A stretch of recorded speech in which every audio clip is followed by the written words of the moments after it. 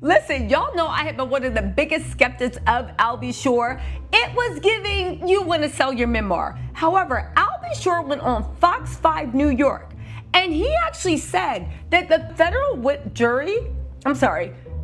prosecutors has subpoenaed him to testify in the Diddy trial. That means they are going to bring up Kim Porter. If you guys don't know, in the legal documents, they talked about one of the people that were mistreated by Diddy, that they're never pressed charges, but at the same time, it shows the way they said that that person was deceased. Y'all, what if this is actually Kim Porter?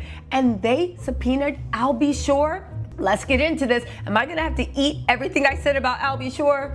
Probably not, because I want to see if he was actually subpoenaed. Because here's the thing. They said Al B. Sure says he's the last man breathing who knows the truth about Diddy and has no issue using the last of his oxygen to take him down.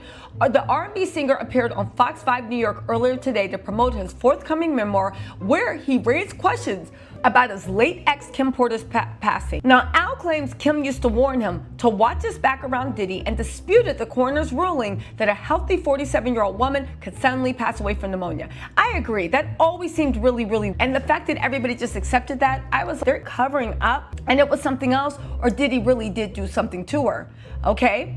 Now, people are saying she was writing a memoir. Diddy and his kids came out and said that's a lie. She never had a memoir. But then they literally tried to get a court order to say they were exclusive owners of information that wasn't a memoir, it wasn't a manuscript, but it was something that Kim was putting together to accumulate what Diddy had done. And I was like, wait, y'all said it didn't exist, but now y'all out here saying that you own it? Okay.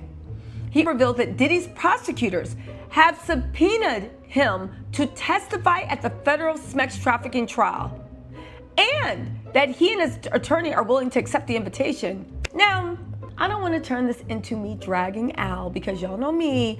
Everybody says that Al was a deadbeat father to Quincy because he was scared for Diddy. But then I said, but what about what Al's other kids have to say about his fathering skills? Because you can't blame Diddy for that.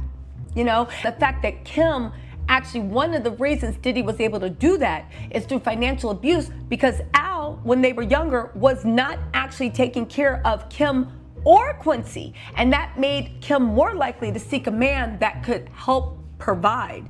Anyway, right? He goes on to claim that Diddy placed a bounty on his head and orchestrated a massive PR campaign to have him look bad, which led to his 2022 health scare. Now, here's the thing.